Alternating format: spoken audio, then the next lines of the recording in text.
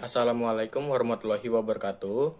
Di sini saya mewakili kelompok 5 ingin mempresentasikan macam-macam query di MySQL. Di sini saya bersama teman saya yang bernama Asmen Agustius Jega, Doni Setiaki, Aligius Sukarismangea, Rizky Pramudia, dan Yunus Marianus Nenobais. Berikut penjelasannya. Macam-macam query MySQL di dalam database. Berbicara mengenai MySQL, maka hal tersebut sangat berhubungan dengan sebuah bahasa pemrograman dan database. MySQL merupakan sebuah pengatur dalam membuat sebuah database untuk suatu program. Dengan adanya sebuah MySQL, pengelolaan database akan jauh lebih mudah.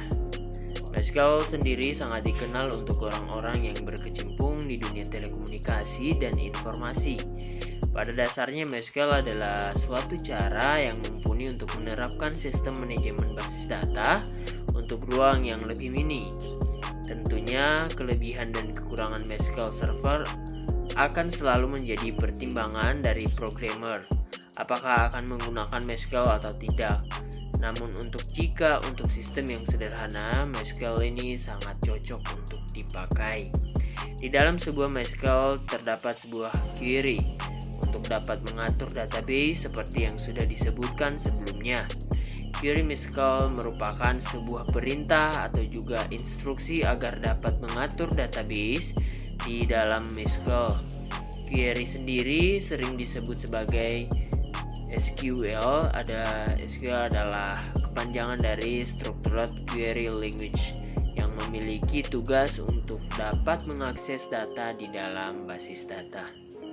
Yaitu pada dasarnya SQL memiliki 3 komponen yang penting dalam memamparkan, memanipulasi, dan juga sebagai pengaturan data di dalam sebuah database.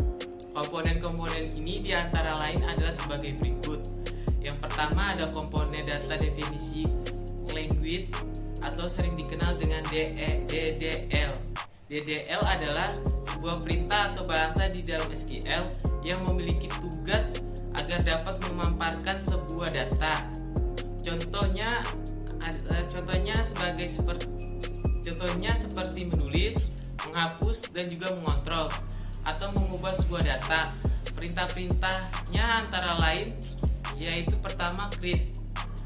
Fungsi create dipakai untuk membuat sebuah data di dalam database, membuat sebuah tabel, view, dan juga dapat membuat sebuah indeks.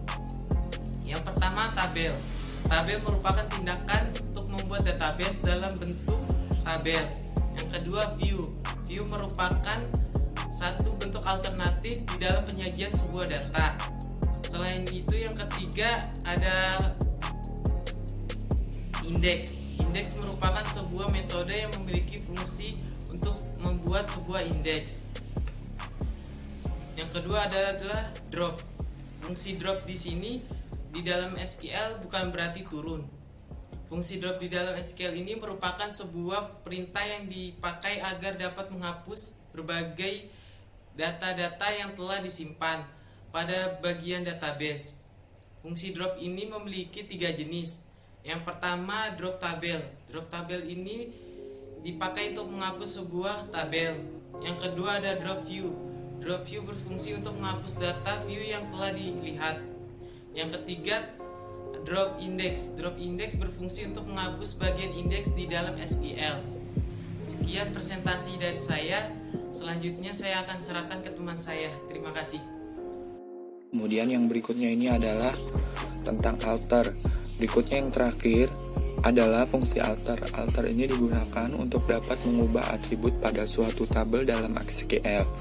Berikutnya komponen data manipulation language atau yang dikenal dengan DML. Nah, bagian kedua adalah data manipulation language atau disingkat DML. Pada query ini ada 4 fungsi yang digunakan. Antara lain adalah insert. Fungsi insert ini merupakan sebuah fungsi yang memiliki tugas untuk menambahkan atau memasukkan nilai pada bagian tabel di dalam SQL. Kemudian yang kedua itu ada update. Fungsi update ini adalah bertugas untuk mengubah suatu nilai ataupun data yang ada di dalam suatu kolom. Nah, kemudian yang ketiga adalah delete. Berikutnya adalah fungsi delete. Pada bagian fungsi delete ini, tugas yang dapat dilakukan adalah untuk menghapus sebuah data atau juga nilai yang ada di dalam suatu kolom di tabel tertentu saja. Yang terakhir ada select. Nah, untuk bagian terakhir adalah select. Fungsi select ini merupakan sebuah perintah yang dipakai agar dapat menyajikan berbagai nilai maupun data yang ditujukan. Komponen terakhir dari query MySQL adalah JCL. JCL terdapat dua fungsi yang digunakan, antara lain grant dan reforget.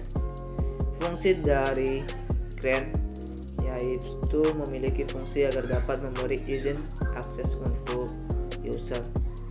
Fungsi dari reforget merupakan kebalikan dari reforget.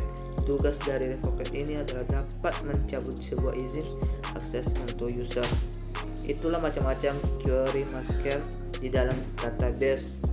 Query tersebut merupakan perintah standar yang ada di dalam sebuah database agar dapat stabil dan berjalan dengan baik. Mungkin itu saja yang bisa kami sampaikan. Kurang lebihnya mohon maaf.